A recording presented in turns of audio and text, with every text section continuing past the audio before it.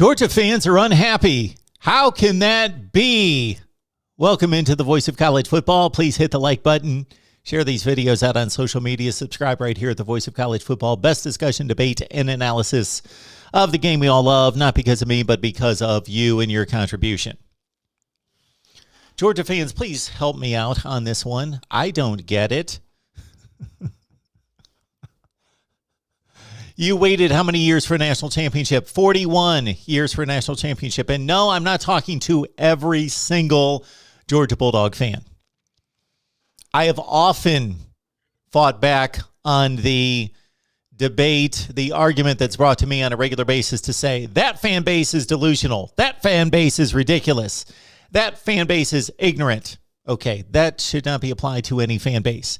Every fan base has a collection, a portion of reasonable fans, fervent fans, knowledgeable fans, ignorant fans, delusional fans, entitled fans, and a mixture of all those things put together.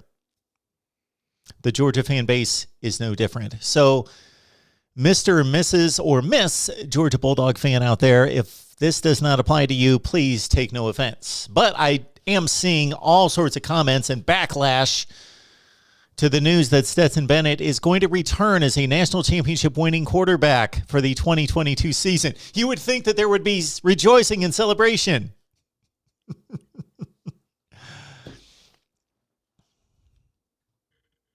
First, the argument was made by most, I will say most, based on the feedback to this channel and based on the conversation that I see out there, that Stetson Bennett could not win a national championship.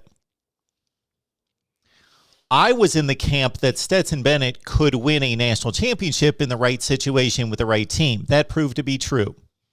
I never said that Stetson Bennett would be the number one reason why a team would win a national championship. I never claimed that Stetson Bennett was a great quarterback, was an elite quarterback. I will not claim that now. Going into the national championship game, look at the numbers. He had the support of a top-notch offensive line, a first-rate running game, not one of the best in Georgia history by any stretch, not an elite Georgia running back crew, but deep, talented, yes, very good, very good. The offensive line, first-rate. The receivers, talented, not necessarily great, productive, talented. George Pickens, he missed him for most of the season. And the just beast of a tight end who emerged as, I would argue, the best tight end in the country in Brock Bowers. Okay, so Stetson Bennett was surrounded by a wealth of talent. And in spots, he has not performed over the last 2 years. We chronicled this numerous times here at the Voice of College Football. The big letdowns. I stated going into the playoffs and to take it a step further going into the national championship game, although I had a bit more confidence in Stetson Bennett after the Michigan performance, that Stetson Bennett was 95+% of the time good enough to win a national championship. He was a guy that could make plays with his feet, make plays with his arm, did not have elite, nor does he have elite arm talent, but he can make the throws. For a college passer on an elite team, he can make enough throws. He's got a good arm. He's got a really good arm. Not elite, but elite's elite. Elite means there's only a few at that level. But that he could make the plays. And outside of a couple key mistakes that he tended to make against Alabama, of course, in 2020, in the game in which Georgia led in the first half, and then he made a couple of key mistakes in the third quarter and the last drive of the first half. The Florida game that Georgia lost in 2020, he made some mistakes. Then going into 2021, even though they ripped through the schedule, Georgia did, he made a couple stupid plays against Florida. If he could eliminate those 2 to 4 mistakes that he made, and I'm not talking about necessarily 2 to 4 interceptions thrown. He didn't throw that many picks. But 2 to 4 bad plays, bad decisions each game, if he could eliminate those or limit those, because nobody's perfect, everybody's going to make a dumb mistake once in a while, maybe 1 or 2 a game, go from 2 or 4 to 1, maybe 2, depending on the severity of the mistake, then he's fine. He's good. He can win a national championship That proved to be true. Did Stetson Bennett lead Georgia to a national championship? No. Defense number 1. Running game number 2, led by the offensive line. Stetson Bennett probably number 3. Why people are enamored with JT Daniels, I don't necessarily get it. Have I been on here for the last 2 years saying JT Daniels should play? Yes, I have been. But I never stated JT Daniels is the best quarterback in the country and Stetson Bennett is garbage. I've never made that distinction. I've said, they're pretty comparable. But I would like to see JT Daniels out there. And I was basing that on the USC season and then the final 4 to 5 games in Georgia's 2020 season, which JT Daniels played rather well. He played against the worst teams on the schedule, as the schedule was front-loaded, but he did play well with about 400 passing yards against a Cincinnati defense. And we know how good the Bearcats are on that side of the ball and how good that secondary is. And JT Daniels had a pretty damn good game against Cincinnati in the Peach Bowl of 2020. So I have stated, yes, I believe JT Daniels to be a better passer than Stetson Bennett with a slightly better arm. It's not a wide gap between arm talent between those two guys. It's not huge by any stretch. And Stetson Bennett can make plays with his feet, and JT Daniels can't. So now, as I am observing, standing back and listening and observing the response of Georgia fans, they're upset, number one, that JT Daniels has moved on. Well, let's understand, I guess even with a national championship game winning team, that the most popular guy on the roster is the backup quarterback. That even holds true once you win a national championship. I think a lot of people out there are assigning elite status or a level of play to JT Daniels that has not been proven. He had a marginal first season at USC. Sure, he played for a bad team, bad offensive line. Weapons, they had weapons. He had weapons to play with, but a 5-7 USC team, and he should have been in high school at that point. So he enrolled early, got himself ready and prepared, and played that first season for USC. So to his credit, as what should have been a senior season in high school, he's playing in the Pac-12 and playing for USC against college competition. Pac-12 jokes aside. And he did rather well. But he didn't light it up by any stretch. Comes to Georgia, plays those final 4 or 5 games. Does really well, but not exceptional. And again, the competition wasn't the best. Other than that, he starts the season against Georgia or against Clemson in the big opener and 3 points on the board offensively. So let's understand that. Remember that, Georgia fans. Clemson-Georgia game, if the Georgia defense is not lights out dominant, tearing through the Clemson offense, just not even allowing them to start plays, just a wrecking crew in the backfield, living in the backfield, JT Daniels loses that first game against Clemson. He produced 3 points.